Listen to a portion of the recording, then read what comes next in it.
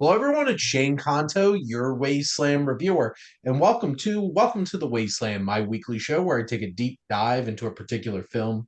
And this is a monumental episode. This is the third to last John Ford episode I will be doing, and this is indeed the last Western. And we're almost closing the book on 2020 Ford. And it was a long, long 2020 Ford. And joining me is my friend, SPDM Crew Guru. His name is Mike Hilty. Shane, you did it. You did it. I'm so glad that I was able to be part of this journey with you. Yes, I am ready to turn the page and go just watch something else. So, you looking Bob forward to Seger talking about the and the Silver Bullet Band. boom. There So, you go. yeah, I'm looking forward to talking about this one and officially closing the chapter on my part of 2024. There we go. Well, the fun thing is, Mike's going to be back on in just a couple of weeks to start off and launch my Wes Anderson series. But before we get there, we have this episode to do, and that is we have three segments. We have our coming attractions for December 13th, the infamous, the new December day that will live in infamy because Craven the Hunter finally comes out. After how Are many we are delays? Are we sure it's not going to get delayed at the last minute? Like they're going to see reviews for it and they're like, as "No, as no, I'm as we I'm got sitting here, I have a press screening tomorrow for it, and unless they cancel that last minute, at least I'll see it. I'll bite the bullet for the rest of you. Oh, thank you. We'll What a see. noble effort. Yes. And then we'll be talking about our feature, which is Cheyenne Autumn, the last Western of John Ford. And then we have some recommendations for you. So, yes, Craven the Hunter's coming out, and some limited releases of like September 5th and Nickel Boys and some other films. But I know what franchise Mike is a big fan of, that I'm also a big fan of. And I feel like we had to pick this one. But Mike, what's your most anticipated film of December 13th? There is a new Lord of the Rings movie coming out, which Yes. I'm very much looking forward to it, even though I did read that they fast-tracked this just so that New Line would not lose the rights to Lord of the Rings, which causes me some concern, but I'm really excited because Lord of the Rings, The War of the Rohirrim is coming out and it's an anime. Yeah. And that's cool because that is something different. And Mhm. I'm all for trying something new. And I'm looking forward to this story. I'm looking forward to being back in Middle Earth Yep. again after being in Middle Earth for the summer or fall-ish, I guess, for Lord of the Rings, The Rings of Power. So I'm looking forward to this and I'm looking to see what they actually do with the source material and looking to see what else they could bring to the table in an animated form because I've seen that Lord of the Rings cartoon from a long time ago. I've also seen The Hobbit as well, and those are choices. I So will. I'm gonna lose my shit in this theater if they whip out some rotoscope. In this one, that if only. rotoscope was terrifying Yeah. in the Lord of the Rings movie from the 70s. Terrifying, nightmare fuel inducing. But yes, Mhm. this is also my most anticipated film because, like, can't you be excited for a new Lord of the Rings movie like this, especially when we have The Hunt for Gollum coming? And that's the best that they could do off of Lord of the Rings. Mhm. Like, this is what I want to see is them explore other ages and times in Middle Earth. You have how much freaking content that So and much. lore and history that J.R. Tolkien created and that his son expanded upon. Like, how are we getting a movie about like a paragraph in the Fellowship of the Ring? That's what they do, though. That's what Hollywood does. They take something and they expand the living shit out of it. So I trust that they're going to do something interesting with this, Yes. particularly, particularly I am most looking forward to just being in the kingdom of Rohan, Yes. which I was always very interested in. Truth be told, I was more interested in them than I was Gondor because we spent more time with them. Plus, Helm's Deep just is a fantastic setting. So Yes. I'm looking forward to going back, maybe specifically there as Yep. well. I'm excited because Brian Cox, first off, as Helm is just that's sweet. That's some good shit right there. Yes, it is. Um, and that's the thing too, because yes, we got to know Rohan Mhm. in like Return of the King. We just learned about Denethor and Faramir and Boromir, and like we didn't really get to connect with the people of Mhm. Gondor, but Rohan, they did such an amazing job fleshing that kingdom out in the Two Towers, and this is so cool getting more of their backstory. And yes, these are the kinds of things that I want to see. But we will continue to get footnotes like Rings of Power. Uh, Right. but one thing Rings of Power did give me was Durin going 1v1 with a Balrog on one of the hardest shots I think I've ever seen in a television show Oh yeah, ever. absolutely. Yeah, At least that got was that. it does have that. You are correct. And Tom Bombadil. I love Finally, every all of the Tolkien fans out there who are like, where was Tom Bombadil in Fellowship of the Ring or any of the Lord of the Rings or Hobbit movies? Like, well, you finally got him. and I like how he's not this weird kooky character. He's just Rory Keener being your like chill bro who smokes weed and spouts philosophy when you're all hanging out late at night. Sure. Yeah, everybody needs a friend like that. And Tom Bombadil is indeed uh Grand Elves. I mean Gandalf's. Oh, You bro. you bite your tongue, good sir. How dare you? Oh my. Well, obviously we both love Lord of the Rings, so we are excited for this new anime, despite the Mhm. fact that I don't know if you've seen it has like a 60% on Rotten Tomatoes. And what I I'm have to say about that is you could all go bugger off because I'm going to see it. I'm gonna And see it regardless. Yeah, well, I literally watch anything, so of course I'm going to watch something that I actually want to see no matter what anybody says. right. So, but that is Lord of the Rings, War of the Rohirrim. But our feature film for this week is the almost 2 hour and 40-minute longest film of John Ford's career, Cheyenne Autumn. The Cheyenne, tired of broken U.S. government promises, head for the ancestral lands, but a sympathetic cavalry officer is tasked to bring them back to their reservation. Damn, relatable. I'm also tired of broken US government promises. I don't know what you're talking about. That's ridiculous. There's no way. They obviously They honor all of their promises, Everybody in Washington, D.C. is just a noble individual who keeps their word no matter what. I can't I can't especially, I can't even say that with a straight face. and they keep their promises, especially if they made it on a campaign trail. But let's get into some backstory here because there's a decent amount here, more than usual. So this is starring Richard Widmark and Carol Baker, which is very interesting because they're like Widmark was in Two Road Together with Jimmy Stewart a couple of films ago for me here.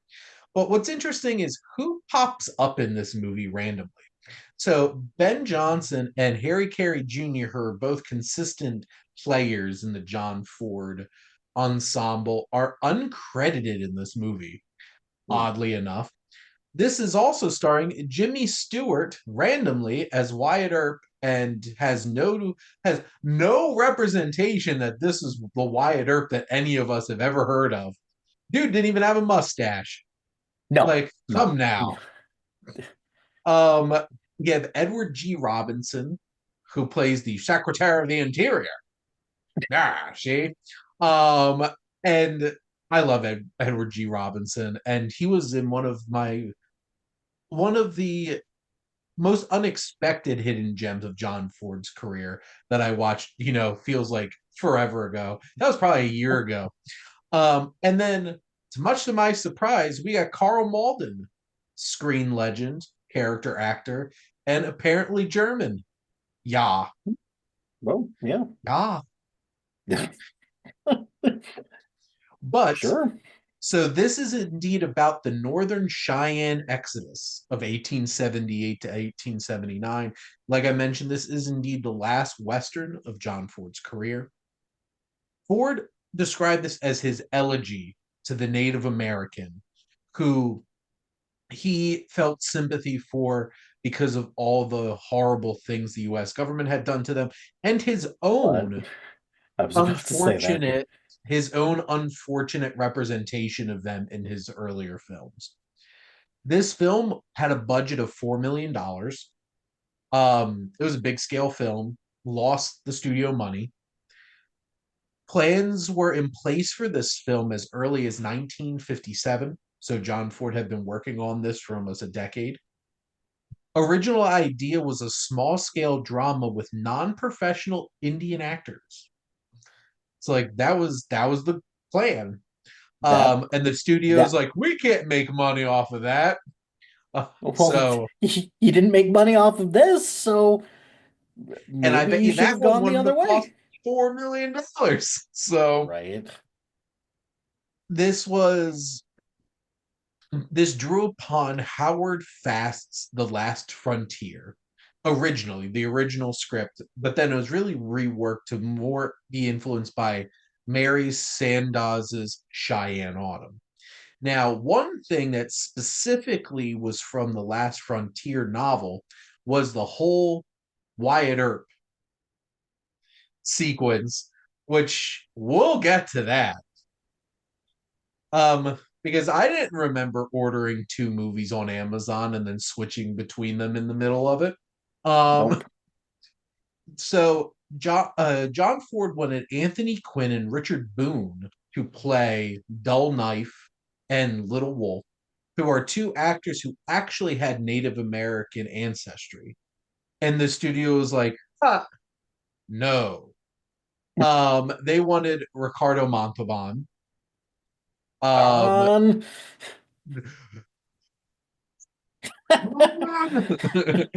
which, yes, That was he a does choice. indeed he That does was indeed play a Native American in this, similar to how he plays somebody named Han, mm, um, Khan in Star Trek. mhm, Very interesting. He's ethnically ambiguous enough. No, he's not. He's extremely Spanish. mhm. If you couldn't tell. This film is shot in Super Panavision 70 millimeter, which Ooh. I imagine this would have been like really cool to watch on a big screen. William Clothier was nominated for Best Cinematography for this film. Gilbert Roland, who played Dull Knife, was nominated for Best Supporting Actor at the Golden Globes. The Dodge City sequence had actually been edited out of the theatrical release and then inserted back in for physical media release and television. And now this is the version that we have to watch. This is the first Um, time I'm ever gonna say bring back the theatrical cut. yeah. Mhm. Shot in Valley Tribal Park. Ford cast many actual Navajo tribe members for smaller parts in the film. Navajo actors used filthy language in the film when Yes, they're they speaking. did. Yes, they did. They're like, just say something. Yeah, okay. And Mhm. they sure did. They said some dirty, dirty things, making fun of somebody's small penis. Mhm. Um, one point, production was paused twice because Ricardo Montalban's son broke his neck and he had to go back home. John Ford went with him out to LA to check on his son. Very nice of him. And This was also put on hold after the JFK assassination. Yeah, okay. Yeah. That's fair. And my last note is there is a documentary short film that was made in conjunction with this called Cheyenne Autumn Trail.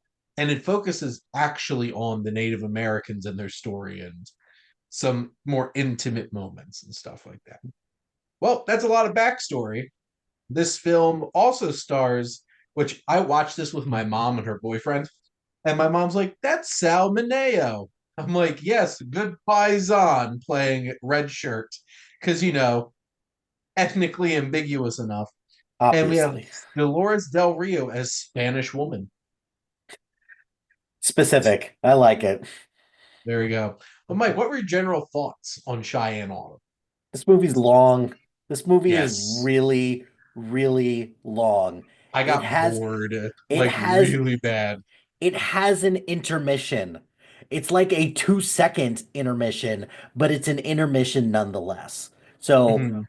there's that. Some gorgeous shots of the American frontier. So I will give it credit for that. This film is pretty well done, Mhm. between costumes, between the cinematography, all of that is pretty good. But it's long, and dear Lord, that Dodge City sequence sticks out like a sore thumb because it is right before the intermission. This bullshit intermission that they just put in, like nearly like an hour and a half into this movie. So it's not like the exact halfway point, but Yeah, it's awkwardly placed intermission. But that sequence has nothing to do with this movie nothing. at all. Served no purpose. No purpose. Served the narrative in no way, shape, or form. And it felt like it was just an excuse to have like Jimmy Stewart in it, Mhm. playing a legend like Wyatt Earp, and having it basically was just Jimmy Stewart playing poker. Yeah. That was basically it. It it made no sense to have that sequence in. And especially for the fact that John Ford made this as a way to, like you said it before with some of the backstory, elegy, or Yeah. what am I trying to say? He wanted to make this an elegy for the Native Yeah, Americans and then wastes how much time you on this waste, damn yeah. sequence? So I do give him a lot of credit for making a movie like this, especially considering his place in Hollywood for Mhm. potential misrepresentation of Native American slash indigenous people. Yeah. A lot of people would not go back and do something like this. And I'm wondering what this would have been like if it would have been kind of on a smaller scale as Mhm. well. And if it would have had a little bit more focus. I think it spends a lot of time with white people and white people problems. So Gotta get that screen time for Whitey. I Um, sure, yeah, obviously. so first off, yes, the whole Dodge City sequence just needs to be cut from the film. Should Yes. ne like that is a deleted scene if I have ever seen one. Hmm. So, and that screeches the pacing of this film to a halt. Which is already rough as it is Yes. because if you think about it, this movie is literally people walking for like thousands of miles. Like Yeah. that is the whole premise of this story. So for that to make this slow down the pace even further, like what are we doing? Why? I, I just that was a choice and it was the wrong choice. Yes. It was a frustrating piece to this film because yes, this film's already long. It does not need needless sequences. Like this could have been like an easy 2 hour 15, 2 hour 50, 20-minute film without that whole entire sequence in it. Mhm. which would have been much more manageable. Obviously, at the center, you have this whole love story Mhm. between Captain Archer and Deborah, which I think Richard Widmark is a fine leading man. Like, I don't think he's the kind, like, he's not John Wayne. He's not Jimmy Stewart. He's He's not going to have that trying a kind little bit. of, He's trying a little bit to be John Wayne, a little bit, but I think he does a rock solid job. yeah, I would Solid say job. so. I would say I so. liked Carol Baker. Hmm. I appreciate her where she fits into the story in relation to the Native Americans. Like, Yes. did I need this whole love story thing between her and Archer?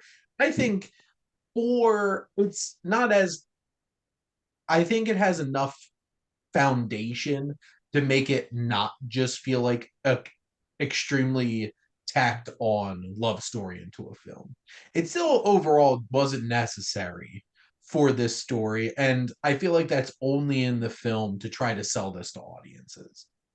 Probably, because otherwise, it's, I don't know, because if you do focus on the Cheyenne tribe as Yep. they trek back to what the Yellowstone Valley where Yep. they're originally from, if you're just following that, yeah, there's not a whole lot for audiences to glom onto, which is too bad because I think if you were to make something like that today, there'd be a lot more commentary involved. There'd be a lot more, you'd probably spend more time with the indigenous people within the Cheyenne tribe. They'd probably be speaking Cheyenne instead of Navajo. So there is that.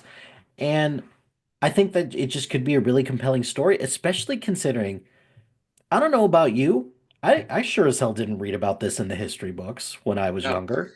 I did not know about this story, and it it's a powerful story. And one detail before we dive a little bit into the story that I thought was interesting is this feels like a 60s movie. Yes, it does. And from like a visual standpoint, and I find that very interesting because John Ford is evolving into that point because like this man had been making films from the 19 teens, the 20s, the 30s, the 40s, the 50s, and now into the 60s. This is starting to feel like it has that bit of like a modern feel. Mhm. And I think the cinematography is fantastic. There's certain sequences like there's a whole sequence with Captain Vessels later in the film where they like lock him in and just the intimacy of how the camera works with him, and he has this crazed look on his face, and Carl Malden sells it so fantastically. And that's such a great moment earlier in the film. The whole staging of them marching up to this place and then standing there, and their chief like rocks almost drops dead Mm. after hours and hours and hours of waiting for the government, waiting hours for the government to do anything. Um, Ah, he's the first. No. and this this is a powerful story, and you see layers within this tribe because you have the red shirt who is a angry young man Yep. who shoots first and worries about things later. Mm. You have Little Wolf, Ricardo Montalban's character, who definitely takes the approach of more an antagonistic dynamic with the white people in the film. And Dull Knife, Gilbert Roland's character, is more of the pacifist and trying to find some kind of medium here. But that pacifism only goes so far.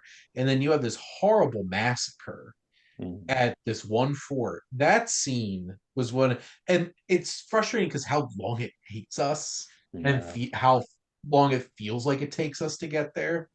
But it is so harrowing to watch that sequence, and you just see vessels coming out and just seeing dead bodies everywhere, and you're just like, damn, this Mhm. hit. And you know, you have that altercation earlier in the film with like cannons and stuff like that.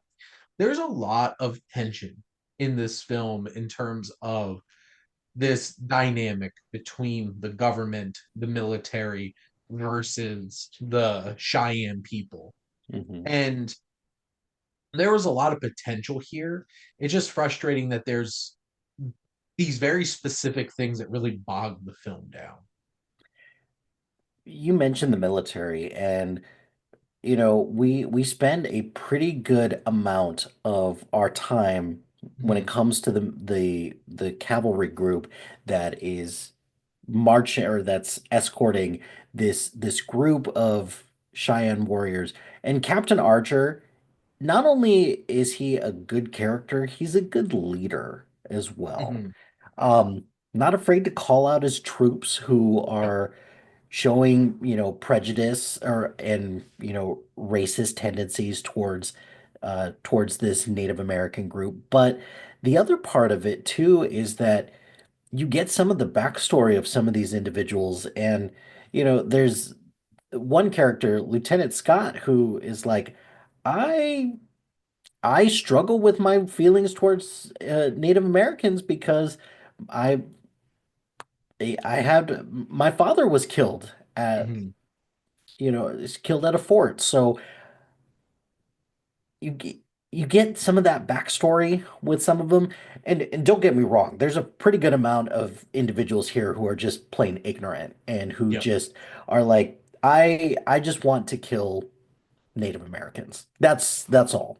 And it's tough to watch stuff like that because we still have stuff like this going on mhm, today. Uh, insert other minority group in here, and there you have it. And mhm, it's just sad to see that we don't really progress as much as we hoped that we would. But in addition to that, the two sides of this Cheyenne tribe, where mhm, you have individuals who are, just angry at the life that they could have had, and then you have a group of people who are just incensed by white men. So, mhm, and it's a pretty stark contrast when it's in the middle of winter and you have half the tribe just keep going and half the yeah, tribe is like, we're done. We surrender and and then go from there. So if that's not any more symbolic about the schism that happens within that yep, tribe, um, I don't know how else they could say it without just saying, well, I guess it's time to put our differences in two different directions, mhm. and now we're gonna split off. That like that whole sequence at Captain Vessel's fort, Mhm, where Vessels is like, I was given order, mhm, and like he's going to follow the order no matter what. And you see him slowly getting more drunk and mhm, drunk and drunk and drunk and drunk. mhm. And to the point where it's like you have some that are trying to let them go or wanting to let them go. And then it builds up to that fever pitch where they stage a riot and Yeah. escape their prison. And it's this all builds up to a very interesting finale too, where this shows a little bit of the customs and the conflict within this tribe in terms of like the final confrontation between Red Shirt and Little Wolf too. That And so get, to slow down and talk about yeah, that sequence would have hit a little bit harder if we spent more time with mm, them. It still hits, and it's still sad to see what happens. Um, but I feel like we spend an awful lot of time for a movie that John Ford wants to apologize for the Native American treatment at the hands of the mhm, US government, at the hands of himself in his movies. Spend an awful lot of time not talking about the actual Native American struggle. yeah. And that sequence is it's so interesting because where's that conflict come from? Red Shirt steals Little Wolf's second wife. And it's just like it's all Pre- about a woman. Um Pretty and basic. and it is important to understand like there was this foundation that they could have really explored. And like you have the whole sequence earlier in the film where it whisks us off to Washington. Mhm. And like I don't even think that was necessary. Like just have the moment where Widmark comes in and meet with E.G. Robinson for that time, and that's where you could have easily just introduced that character. Which Mhm. also, very interesting note. You could tell that E.G. Robinson did not travel for this shoot because at the very end, they used some very interesting projected shots behind them to hide the fact that they totally were in a studio and not out in the wilderness. Right. Yeah. That was That was like that was a little rough. you could see the seams. The seams are there. We see them. We see them. You couldn't hide that from us. Um, but this is a sprawling, what could have been a great epic of a Western. It just, there's too many things drawing it away from where the attention really should have been, which is on this people. I would have been very interested to see John Ford's original idea for this Release come the into play. Ford, release the John Ford cut. Um, I was reading there's a review that Time Magazine put out for this that said this has all the makings of a great epic Western, except it's missing the greatness. Like, Mm, ouch. That's rough it, damn. because this did have a lot of potential. Like the beginning parts did keep my attention, and then it just continued to drag on and on. And then I'm not gonna lie, I almost tapped out of the or after the Dodge City sequence because I was like, this has nothing to do with anything. Um, but you know, for the greater good of the show, Yeah. I persevered, I powered on, and here we have it. And what's frustrating is the third act gets so much more interesting. I It know. just yeah, this is one of the worst second acts Yes. of a movie that I've watched in a long time. This Hmm. needs to be like in the words of Alan Tudyk from Knocked Up. We legally can't tell you to lose weight. We just need you to heighten. Just need to Yeah. tighten up. That's what this movie needed to do was tighten up. Yeah. But Mike, do you have anything else to add about Cheyenne Autumn? I will give it credit. The music is pretty great in this. Mhm. The score is solid, as usual. Um, it's kind of daunting to think that this was John Ford's final Western, that of all the ones that he's made and undoubtedly the influence that he's had on so many other filmmakers out there, for it to end on this is I don't know if it's sad or if it is somebody who's swinging for the fences and it just misses.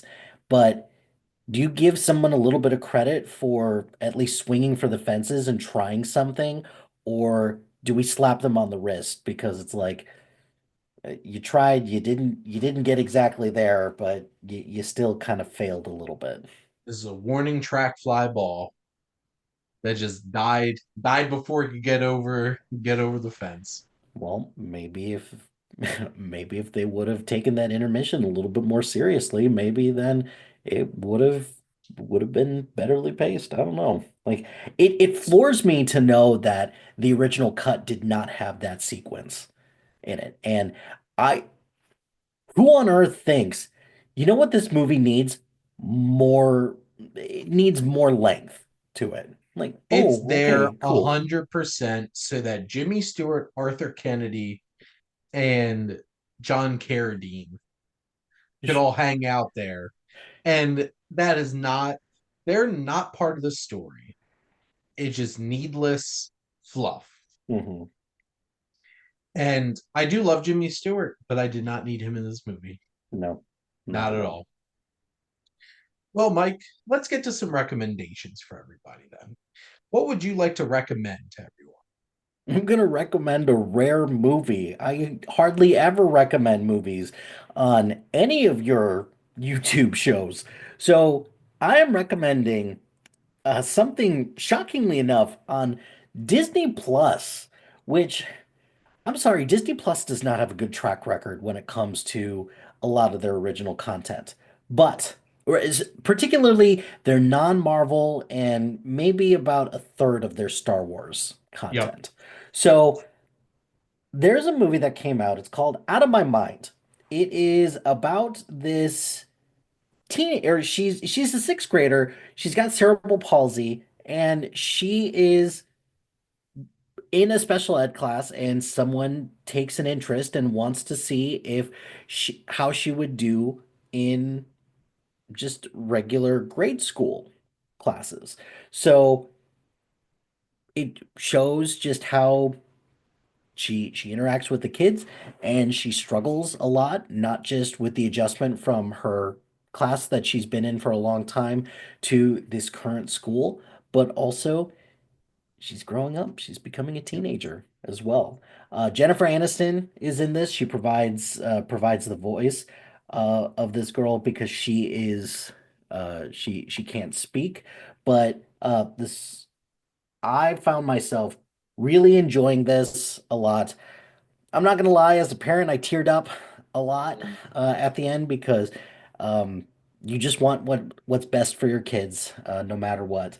And big shout out to Phoebe Ray Taylor, who plays the main character Melody in this.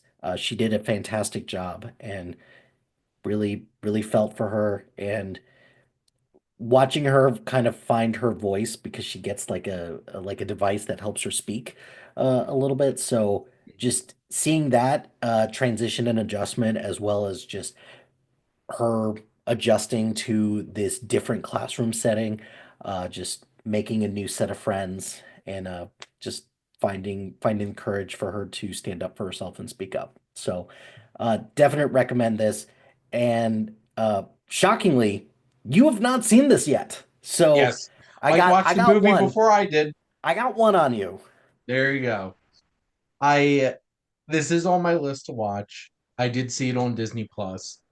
Um and this is that kind of film that looks like it's in that wheelhouse of Disney. This looks like a Disney Channel film Yes, that like absolutely. has a good Yes. feeling. But so for some of my recommendations, first off, the a new film that I want to recommend, which is a concert film, which is a little different, is Ghost, right here, right now. And a friend of the show, Diana Jebbia, is a huge Ghost fan. Went to go see this like three times in theaters. And I was tempted to go see it in the theater. I kind of wish I did now, after renting it and watching it at home. This is a fantastic performance. This is bombastic. It is exciting. Their music, I'm a big fan of. But for the fun of it, I'm going to read some of the letterboxed reviews for this, because they are quite amusing. So let's get started. So this is my Eras tour. So not particularly unique or creative, but sentiment. Mhm. I knew they wouldn't kill his gay ass off during Pride Month. Because giving more context, so Stop Making Sense, the Talking Heads concert film for people who have sex. Except Hmm. they didn't say who have sex, they use the F word. Hmm. Um, I'm glad I don't I am glad I don't have a dick because I would have been erect for like 90% of this film. Wow. Hmm. Wholesome, sexy, fun blasphemy. Eras tour for cooler, gayer people. Sometimes the baby girl is a middle-aged man as an anti-pope. Hmm. Made me horny. Short, sweet, to the point. But Huge win for hand enjoyers and masked men enthusiasts everywhere. This might be the craziest one yet. Damn, that freaky old man knows how to gop his gussy. This is wild. I'm like, I usually don't read like the general reviews for films, but I was curious. Um yeah. they delivered. There's some more here. The unbridled sexual tension between me and the ghouls. Um Ghost probably the sluttiest band of all time. Mm, Um that's saying a lot. a little devil man does his gay little dances for nearly 3 hours. Best movie of the year. And I have to end. Oh, I autism cried out of joy, bruh. And I think this might be the last one I'll read. Chi Cardinal Mycopia till I papa. I really, really like this film. Oh boy. Okay. So there's two types of people in this world on Letterboxd. Hmm. Those who write sincere, authentic, actual reviews to things, and those who are funny. And then there's everybody else. And then there's everybody else. But this definitely was a string of, well, these people are funny, or at least Hmm. they made really funny comments. Now, one film off of my watch list I would like to recommend, very different, is The Seventh Veil from 1945. This film, I think the big selling point for me for this is James Mason and his performance in this. This focuses on a concert pianist with amnesia fights to regain her memory through like psychotherapy and stuff like that. Very Freudian. It was 1945, you know. Hmm. This is on Max. It's a really strong kind of drama with some strong musical elements and stuff like that in it. And last but not least, one of my films that I've rewatched, 'tis the season, is The Muppets Christmas Carol, I've which never heard of it, particularly from you, ever. never, never, Mm. ever. So I would like to just confirm one thing real quick. But this is one of the most charming, wonderful holiday musicals you're ever going to find. Hmm. To quote one of my favorite wrestlers, Sheamus, this film has banger after banger after banger because all the songs are amazing. How Hmm. they incorporated the Muppets into this is absolutely perfect. Gonzo as Charles Dickens was inspired. Hmm. Um, love it to pieces. Rizzo the Rat screaming. See, um, as I was sitting in a theater in New Jersey watching this was quite wonderful. Now, I have to confirm, I pulled up my letterbox, my favorite films. So Shane's 500 favorite films. The Muppet Christmas Carol, number 44, because this is an all-time classic. I'm not gonna lie, that seemed lower than I thought it was gonna be. I imagined that it was higher up on your list. I don't know why, There's a lot of great movies out there, and the but there's fact that only I have a Muppets version of a Charles Dickens novel in my top 50 as a 33-year-old man. hmm. Yep, I mean, it deserves it because the it's Muppets are amazing. it definitely deserves it. It is probably one of the greatest renditions of that story that we're ever gonna get. I would just like to read the line. So, like, you know how in Letterbox it's all in like fours. Oh So, yeah, I'd like yeah. to. So, my number 41 is Young Frankenstein. My number 42 is Andrei Tarkovsky's Stalker. Number 43 is the Coen Brothers auteur film Barton Fink. And then The Muppet Christmas Carol. Hmm. One of these is not like the other. I have an exquisite taste. Hmm. It's very Ex- diverse. I have an exquisite taste for cinema, which includes all things Muppets because the Muppets are perfect. So, Mhm. shout out to my buddies, my buddy Joe, Mhm. our buddy Nick, and our friend Patrice. Oh, We're for all sure. Muppet aficionados out there. Absolutely. Patrice will definitely wants in on my Muppet That Movie segment for my talk show. So she will probably be on the next episode. Very But, good. Mike, thank you as always for agreeing to talk movies with me, even though this is a 2 hour and 40-minute Western. Look, Shane, I'm always happy to do that, especially for you of all people. One of my good friends that I'm Mhm. happy to go on this John Ford journey with you as we wrap this up and then we move on to the next leg of our journey, which I'm glad I get to be on that as well. So Yep. I appreciate it. Glad to support you in whatever way that I can. Got that Wes Anderson coming. It'll be a nice change of pace. A little bit, yeah, A little bit. a little bit. Jump a couple decades into the future. A lot more pastels and symmetry. But most importantly, thank all of you out there for always tuning in and supporting your Wasteland Reviewer.